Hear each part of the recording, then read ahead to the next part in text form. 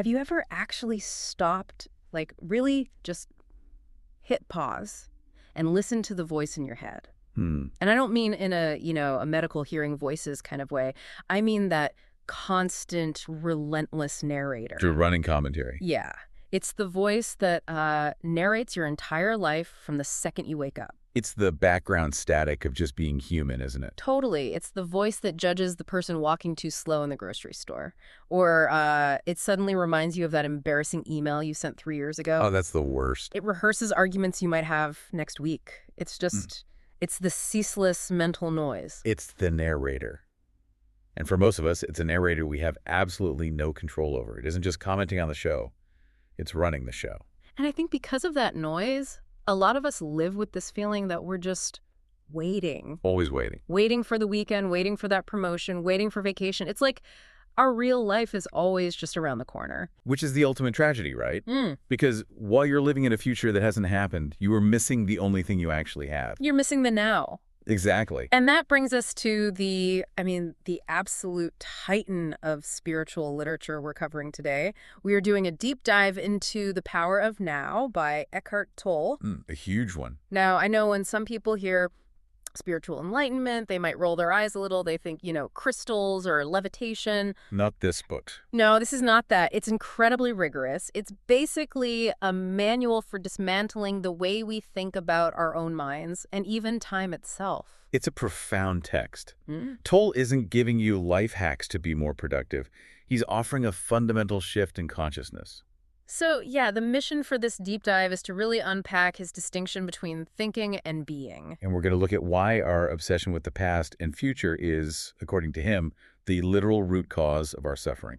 And then the fun part, we're going to explore what he calls portals into the now, actual ways to shut that voice up. Practical tools. I have to say, reading this again, there were just so many aha moments for me, especially about that voice in the head. It felt like he was, I don't know, reading my mail. It feels personal because it's universal. And while the concepts can sound a little mystical, he'll use terms like being or the unmanifested. Sure. The application is incredibly practical. Yeah. It's about ending the misery that we inflict on ourselves. Okay, so before we jump into The Beggar in the Box, which is just such a killer opening story, It really sets the stage perfectly. we have a little bit of housekeeping. We pour a lot of, coffee and late nights into these deep dives. So if you're enjoying this, please take a quick second to subscribe to the channel. Yeah, and hit that like button. It truly helps us keep the lights on and lets us keep exploring these big ideas with you. And maybe share this with a friend who you think needs a little less stress, a little more peace in their life. For sure. Okay, let's unpack this. So Tolle opens with a parable that I think just frames everything. The beggar on the box. Yep. There's a beggar. He's been sitting on this old box by the side of the road for over 30 years. 30 years, just mumbling, holding out his cap to strangers, spare a dime. And one day a stranger walks by. The beggar asks for money, and the stranger says, I have nothing to give you, but what are you sitting on? Right, and the beggar is just like, oh, it's just an old box. I've been sitting on it for as long as I can remember. But the stranger insists, have you ever looked inside? And the beggar kind of resists. He thinks it's empty or full of trash. Why would he bother? But the stranger keeps pushing him. So he finally pries open the lid, and he finds out the box is filled with gold. It's just such a powerful analogy. Tolle is telling us that we're all that beggar. We're sitting on the treasure. We're sitting on the treasure of being, this radiant joy and peace that's already inside us. But we're looking outside of ourselves for, scraps. For scraps of validation, pleasure, security. Yeah, completely unaware that we are literally sitting on the gold we're looking for. And what gives this so much weight is that Tolle, he knows this feeling intimately. His own origin story is just intense.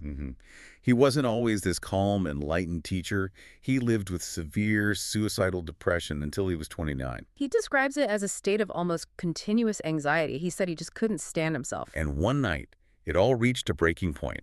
He woke up in this state of absolute dread, and one specific thought just kept repeating in his mind. I cannot live with myself. Exactly, and that's the phrase that broke everything open for him. Oh, so.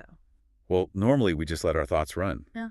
But in that moment of agony, he actually looked at the sentence and he thought, if I cannot live with myself, there must be two of me. Whoa. Right, there's the I, and then there's the self that the I cannot live with. And he wondered which one is real. And that realization just, it caused a kind of internal collapse. The unhappy self, the ego, this story he'd been telling himself his whole life, it just dissolved. So the voice, that narrator, Yeah. it just died. Essentially, yes. He says he fell into a void, and when he woke up the next morning, the world looked fresh. It was pristine. He was in this state of deep peace because the noise, the self that was narrating all the misery was just gone. And he spent the next 2 years just sitting on park benches in London. Technically homeless, but in a state of what he calls intense joy. This all leads to the core philosophical error that Tolle is trying to correct. It really challenges the bedrock of Western thought. We all know Descartes. I think, therefore I am. Right. And Tolle says that is the most basic error in the history of human thought. He says Descartes equated thinking with being.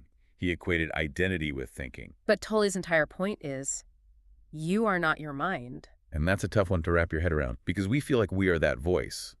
You know, if I stop thinking, do I just disappear? Exactly. But he would say, not at all. In fact, you only truly exist when you stop the compulsive thinking. You are the awareness behind the mind. The space in which thoughts happen. Yes.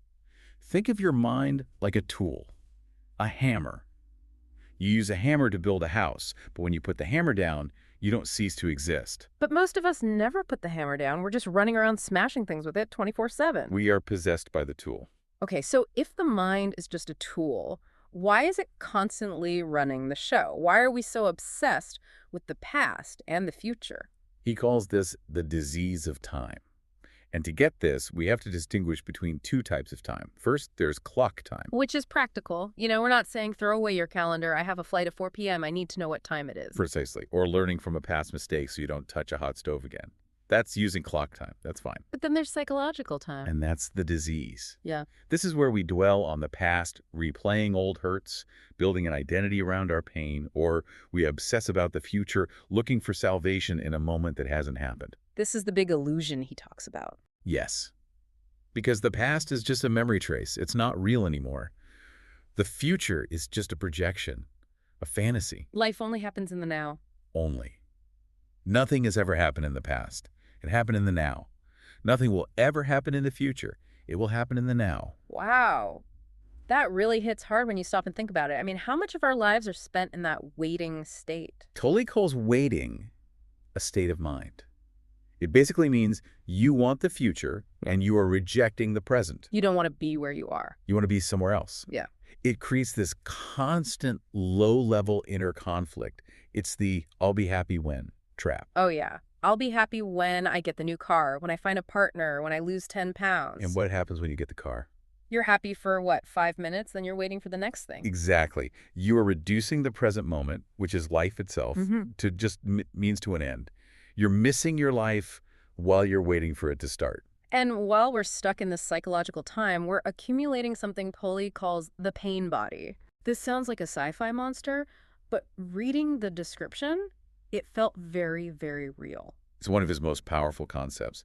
Think of the pain body as an energy field of old, accumulated emotional pain that lives inside you. So it's like emotional baggage, but it's alive. In a sense, yes. He describes it as a semi-autonomous energy form. It lies dormant most of the time, but it can be triggered. By a comment, a situation, even just a thought. Yeah. And when it wakes up, it needs to feed. And what does it eat? Pain. Pain can only feed on pain. Pain cannot feed on joy. It literally finds joy indigestible. So if your pain body wakes up, it might make you pick a fight with your partner. Or make you spiral into self-loathing. It wants drama. It needs a negative emotional reaction because that's the energy that sustains it. That explains so much. You see people who just seem addicted to drama. It's not them. It's the pain body acting out. Exactly. It takes you over. You become the pain. And the only way to stop it is to catch it in the act, to observe it. Which brings us to the practical stuff, the portals to the now. Because it's one thing to understand all this intellectually. It's another thing entirely to actually stop the noise when you're stressed out. Right. So the primary method he gives is watching the thinker. This goes right back to the beginning. You start listening to the voice in your head. But, and this is the critical part, you have to listen impartially. No judging. No judging the voice. You don't say, oh, that was a bad thought, I'm so stupid, because that judgment, That's just the voice coming back in through the side door. The ego is so tricky, so you just witness it. Like, oh, there's the thought about that meeting tomorrow. Interesting. Oh, precisely. And in the moment you witness the thought, you are no longer the thought, you are the awareness. Yeah. And this creates a gap in the stream of thinking, a moment of no mind. It might only be for a few seconds at first. But in that gap is peace. In that gap is the gold. Another portal he talks about, which I found so helpful because it's so physical, is inner body awareness. Yes, this is a great anchor. The mind is slippery, but the body is always in the now. So what's the technique? You just divert your attention from the outside world, and you focus it on the energy field inside your body. Can you feel the life in your hands right now without looking at them? It's weird. If you actually stop and do it, you can. It's like a tingling or a hum. That's the life energy.